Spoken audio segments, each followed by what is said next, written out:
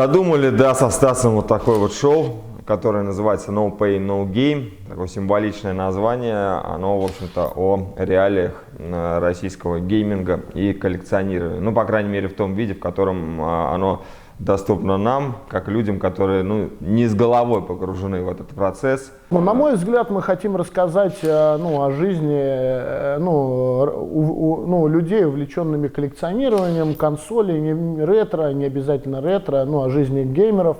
Причем не таких, в нашем случае не таких заядлых, задротов, что называется, а геймеров, которые помимо своих коллекционирований обременены какими-то житейскими ответственностями, семья, работа и так далее. И вот мы находим время для того, чтобы посвящать это самое свободное время, которое мы находим нашему увлечению. И вот хочется в этом шоу показать об этом. Такое вот шоу, можно сказать, реалити-шоу. Посмотрим, что из этого получится.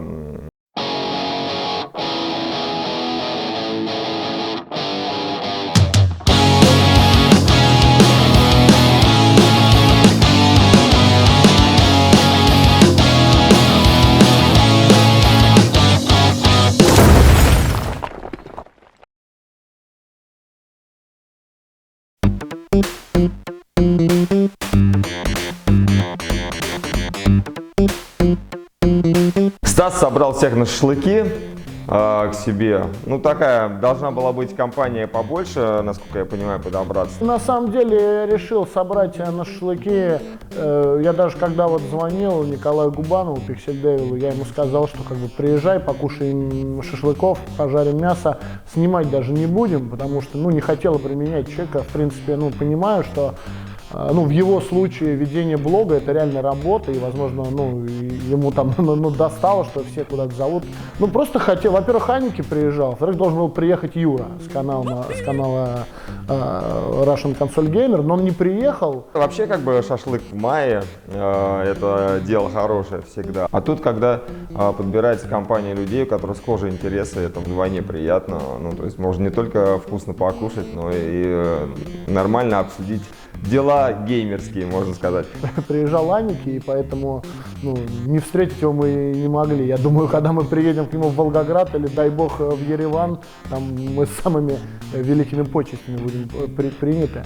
Аники заморочился, приготовил шашлык. Я очень сильно опоздал, я должен был его привезти к Стасу, очень сильно опоздал. Мы с этой кастрюли, я ничего не ел весь день, мы с этой кастрюлей ехали, она в салоне пахло страшно этим шашлыком, я хотел сам есть. Добрались часам к 5, наверное, собирались часа в 3, хотели собраться часа в 3, добрались, наверное, к Стасу часам к 5. Но все-таки добрались, шашлык был приготовлен, успешно съеден. Шашлык был, конечно, неимоверной вкусноты. Анике, большое спасибо тебе, брат.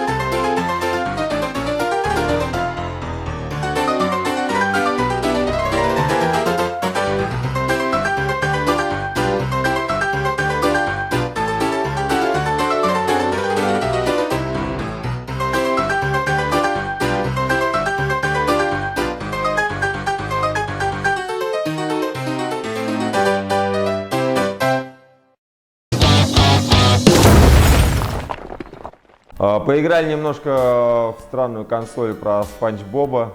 Я подарил Анике очень странную консоль. Я не помню, кто ее издавал, но в ней, в общем-то, вшито там несколько игр про Спанч Боба. Поиграли, повеселились, тоже какая-то дурацкая вещь абсолютно, но для общего развития можно посмотреть, что это такое. Ну так я считаю, что нормально посидели, пообщались, даже поиграли в ту игру, которую я бы никогда, наверное, не поиграл. Поиграли в игру Рэмбо, и это, конечно, печальная игра. Несмотря на то, что она довольно редкая, ну, по крайней мере, у нас ее встретить в магазинах действительно, ну, можно сказать, везение. Я практически ее не вижу, несмотря на то, что я постоянно мониторю вторичный, ну не только вторичный, первичный тоже, но и вторичный рынок PS3 игр, ее практически не встречаешь. У Стаса было 2 копии, одну он, скрипя сердцем, подарил Анике. Потому что, как правильно говорят, ну, многие, да, люди, которые знакомы вот с этой сферой коллекционирования, если у тебя есть силдовый какой-то экземпляр, считай, у тебя его нет. По крайней мере, играть ты в него навряд ли когда будешь, потому что не распакуешь. И, собственно, чтобы как-то оправдать это, Аньке говорит, ну давай тогда включай, давай посмотрим, что за игра. Раз ты хотел поиграть в нее, ну хотя бы давай посмотрим. Какие-то амбивалентные чувства испытывал. С одной стороны, такая немножко жаба душила, потому что игра действительно, ну, редко попадается. Я ее случайно купил, вот, распечатанную за, в общем-то, небольшие деньги. С другой стороны, ну, реально, как бы, ну, хотел сделать приятно Анике, и дай бог ему здоровья, в общем, вот. Ну, очень прикольно. Включили этого Рэмбо, дали поиграть Вале, это жена Коли Пиксельдевила, дали поиграть Вале, ничего не получалось очень долгое время, но потом вроде как получилось, вроде как она разобралась, как играть. Такой рельсовый шутер, вот, причем с музыкой, которая повторяется спустя каждые 15 секунд, там один саундтрек, который реально, вот сам фильм, мне кажется, это специально было задумано, чтобы такая удручающая была атмосфера, потому что когда на тебя набегают там зерграшем полчища вьетконговцев, как в первом уровне, который мы видели, причем все с одинаковыми лицами, то есть братья-близнецы, и реально какой-то сюрреализм, играет вот эта одна и та же музыка, по уровню, наверное, 16-битная. Для меня вообще загадка, почему игра Рэмбо The Video Game была выпущена в 2014 году. Причем это игра, которая повторяет события 3 фильмов первых Рэмбо. И она была выпущена в 2014 году, при этом с такой плохой графикой и вообще с таким плохим исполнением. И вообще в странном жанре. Это такой шутер рельсовый, который вообще уже практически не выходит. То есть, что движило этими людьми, которые выпускали эту игру, мне, конечно, непонятно. Но посмотрели, посмеялись, в принципе, забавно. Я хотя бы сам тоже знаю, что из себя теперь представляет эта игра. Не по видео с YouTube, а по живому процессу. Ну, не знаю, я бы с удовольствием в нее поиграл. Я хотя бы поиграл в нее там пару минут, когда мы, после того, как Анике все-таки соизволил ее включить, вставить в консоль, после того, как я ему уже подарил. А так бы она стояла у меня на полках.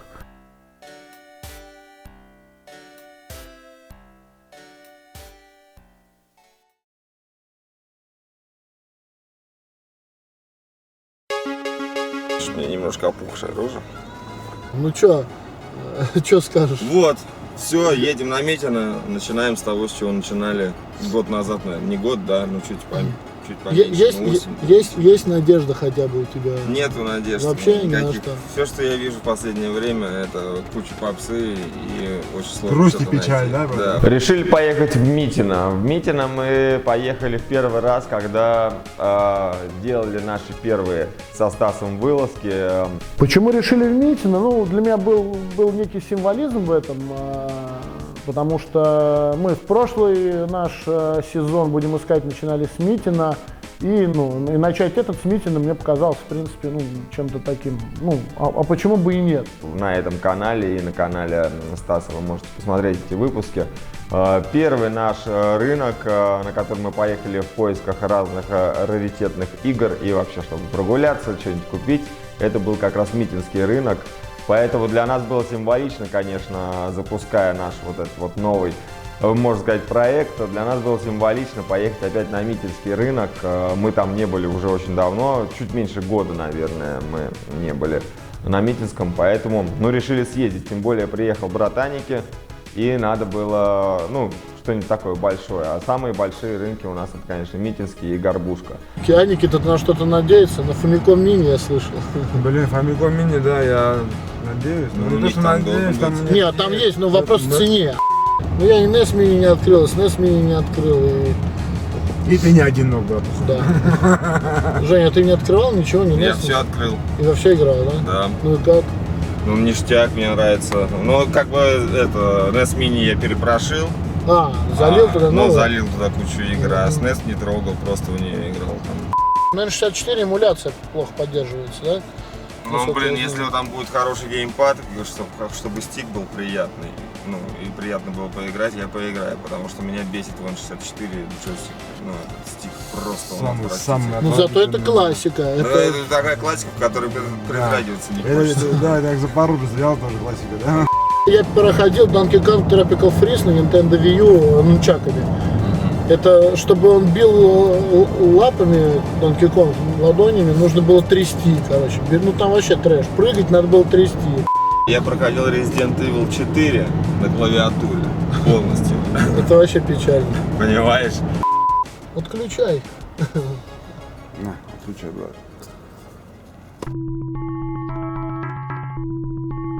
В общем, что Как мы бы не здесь прятать. делаем? Мы начинаем новый, наконец-таки, цикл видео, который называется No Pay, No Game.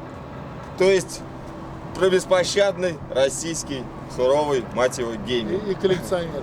Да. Такой же беспощадный. Так что сегодня мы в таком составе. Сегодня у нас Станислав Андреевич. Здорово, В общем-то, ваша- Станислав Андреевич в этом составе будет все время находиться. Сегодня у нас особый гость. Special гость, да? Special guest, можно сказать. Наш друг, наш брат Аники. Я надеюсь, он тоже появится еще не в одной серии. Сегодня у нас Евген, и сегодня с нами Антон. Антона вы не видите, но вы видите его руку. Собственно, что происходит? Происходит следующее. Митинский рынок, с чего все начиналось в прошлый раз. В этот раз начинается все то же самое. Митинский рынок. И сейчас мы туда пойдем. Погнали.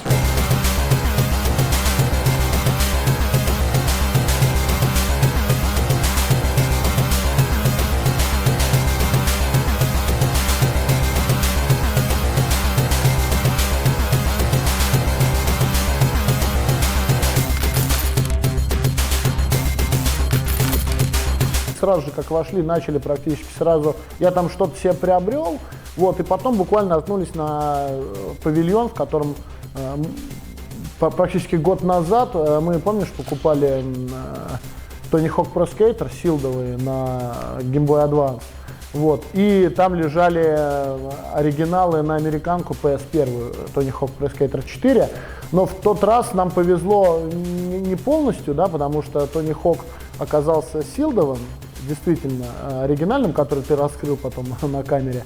Вот. А в боксах от PS1 Tony Hawk и Pro Skater лежали пиратки, причем непонятно с какой игрой. В этот раз мы натолкнулись там ровно на то же, тоже силдовые Tony Hawk Pro Skater на Game Boy Advance и силдовый, вот силдовый диск на Tony Hawk Pro Skater 4 на PS1. В отличие от прошлого раза, они, ну, действительно силдовые. Ну, я решил его приобрести. Стоил он, ну, что-то вообще там порядка 150 рублей. Я подумал, why not, почему бы не взять.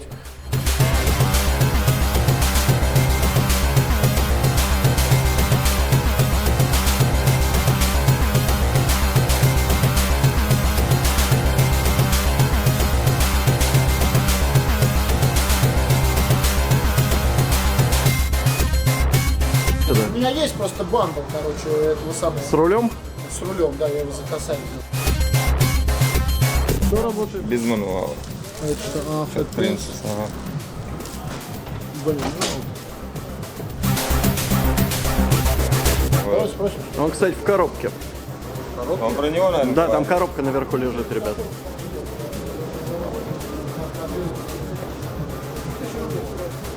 А он в коробке? Коробку? А, вот от него. Но она пустая или доки там что-то такое? Только картон, там не было пенопласта, Да. по крайней мере.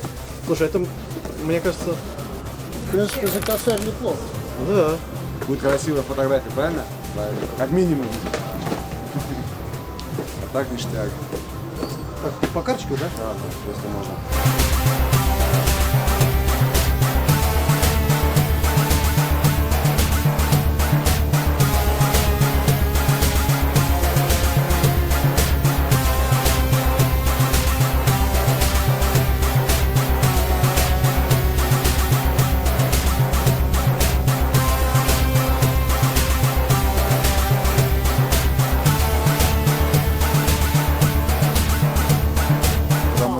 вторая часть. В коллекционном издании.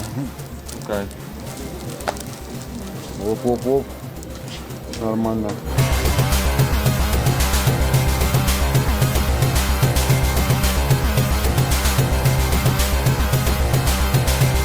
Ну, в принципе, я считаю, что вот эти пару игр я взял за 1000. GTA San Andreas у меня есть, причем у меня их две, но одна, по-моему, шатанная, сам диск, вторая, по-моему, без карты, а здесь полный комплект. Ну и Рокки Бальбоа. А я рад, что ко мне вернулся наконец-то. Видишь, не зря отдал, не зря слово держал.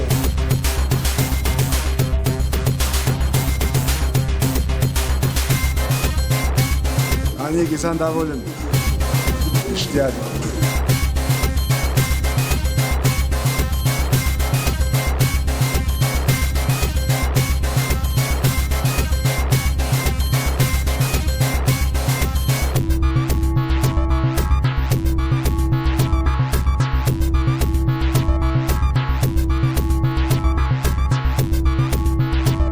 Фольклор за 500 это отлично. Это я дешевле его не видел на Авито.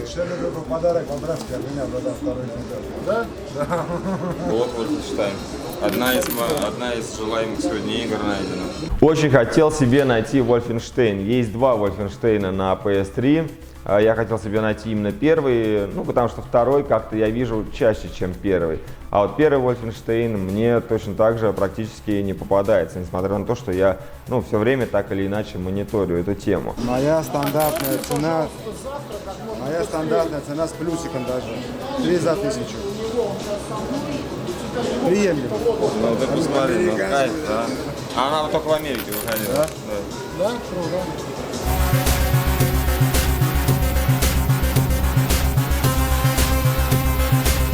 Вот, смотри на номер. Какая? 0001. Один. Да. Кстати, брат, ты знаешь, что за желтая точка? И я не знаю. Пытался найти, ничего не нашел. Никакой информации.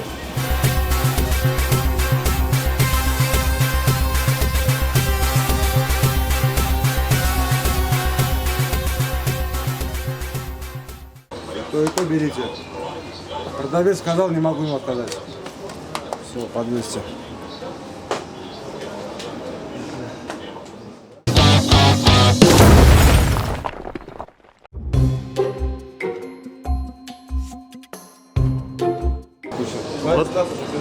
Вот я говорю, уже да. То есть тут пока это ждем, уже все, уже. Стас пошел в следующий магазин. Правильно? Да.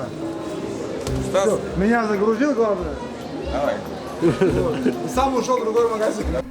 Ну вот Стас у нас уже следующий магазин окучивает. Смотри, Стас. Ну, он уже все. Макуха, я тут Сатурн нашел. Момент, конечно, со Стасом был забавный. Зависли в одном магазинчике, что-то закопались, то все там пока выбирали. Что-то когда смотрим, Стаса нету, куда-то отошел. Вот. И все, закончили, выходим, а он в соседнем магазинчике уже, там диски для Сатурна выгребает. Я зашел к соседям, увидел там, и прям сразу такой маленький неприметный павильончик и наткнулся там на... И прям смотрю сразу N64, что-то NES, Atari. То есть сразу наткнулся на став, наткнулся на то, чего в принципе на таких рынках практически не бывает. И я смотрю, стоит стопка игр на Sega Saturn. Я говорю, почем? По 1000 рублей. Я говорю, забираю всю пачку. Там было 7, я сторговался, за 6200. Мы так, Стас, как так? А он говорит, я задолбался, вас ждать. Тут подошли Евген с Аники, и Аники увидел, и сразу же ко мне, давай, я тоже возьму. Я говорю, братан, мне без суть, я уже их забронировал, а можно это. Я почувствовал, вроде с одной стороны, я почувствовал прям реально чувство вины, потому что, вроде как договаривались, пускай негласно, друг без друга не ходить, а тут я все-таки зашел один, и, соответственно, я первый увидел и не мог не взять. С другой стороны, я реально очень долго там ждал, у меня реально болел хребет, потому что Аники так долго выбирал, свои диски. Как я мог не купить 7 Сатурнов, полнокомплектный в этом самом, в бигбоксах за 6200. что вы правы. Но на самом деле, что касается меня, я вообще как бы не в зарубе, потому что если бы я даже увидел игры для Сатурна, но если бы я только их увидел там по 200 рублей за штуку, то, наверное, я бы тоже себе там их купил. Но за ту цену, за которую они лежали, ну, для меня Сатурн вообще не в приоритете. У меня нет ни одной игры на Сатурн, нету ни самого Сатурна. И вообще я об этой консоли, несмотря на то, что я очень люблю Сегу, но Сатурн прошел мимо меня по всем направлениям. Поэтому я тут совершенно не в зарубе, ну, нашел и нашел. Ну, конечно, это было забавно. Ребята немножко поагрелись, но вроде бы потом все стало нормально. 500 Симпсоны. Слушай, а до кучи вот так отдашь мне их за 300 к тем? Симпсоны? Ну, до кучи, да. И чтобы получится 6500, мне 6200. Давай, забирай. Спасибо большое. Скажу сразу, загляну вперед, потом чувство вины у меня, в принципе, рассеялось, потому что после этого там и Ани хватило на всех. И Аники еще много чего купил, и я, и мы наткнулись еще на один павильон, где тоже было много чего интересного. Но там я купил, вот все эти диски я забрал. Я сразу вылетел из бюджета, но как бы ну, забрать их я не мог. Я покажу лишь несколько игр, и мне кажется, вот эти 3 игры, которые я держу в руке, они уже, в принципе, отбили бы те 6200 рублей, ну, $100, которые я заплатил. Первая игра — это Джонни Базукатон. Вот, я в нее не играл, она как бы, ну, запечатанная, но это перепад. И я помню ее на 3DO, на системе 3DO, на Panasonic. Ну, видать, было переиздание на Sega Saturn, ну, раз я держу ее в руках. Не знаю, отличается ли там графика. Здесь еще, ну, саундтрек с аудио-CD, я так понимаю, с музыкой, которая находит, ну, которая с саундтреком, который в игре. Что игра, в принципе, про какого-то типа, такого рокера, который, ну, такой экшен. И сразу покажу разом, вот там еще было 2 Street Fighter Alpha и Street Fighter Alpha 2, такой мини-сет. В принципе, тоже не мог не забрать, потому что мне очень нравится вот этот арт. Не мог не забрать, потому что игры с аркадных автоматов, несмотря на то, что у меня дома стоит свой, ну, сделанный там на заказ, игры с аркадных автоматов, ну, в официальном переиздании на консолях, вот, ну, такого уровня, от 32 бита и выше, ну, я всегда стараюсь покупать. Чувство вины было, да, мне прям даже как-то показалось, ребята на меня посмотрели как-то косо, и я подумал, что, блин, не будет прощения. Но потом как-то вроде мы там наткнулись еще на что-то, и судя по тому, потом я как бы себя оправдал тем, что мы очень много денег потратили, и спасибо мне они должны были сказать, потому что если бы не я, им бы пришлось еще это покупать и тратить денег еще больше. И поэтому, можно сказать, я, ну, как бы сохранил их, я хранитель их бюджета, короче. Поэтому в чем-то, возможно, я им даже помог.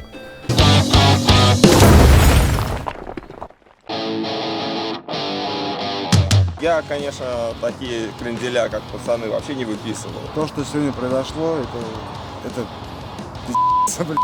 Раз, два, три. Они в идеале вообще в лонгбоксах. Это может быть реально реплика. Полный багажник ретро-стафа. Говорит, конечно, ребят здесь со своей камерой кипиши навели. Сегодня я решил себя в историю вписать, жопу почесать. Надев вчерашние носки, а 2 извилины напряг, чтобы не свихнуться от тоски. Что я вообще могу? Быть может, книгу написать? Да нет, с ума зайду, печатать, думать, сочинять. Я на весь мир открыт.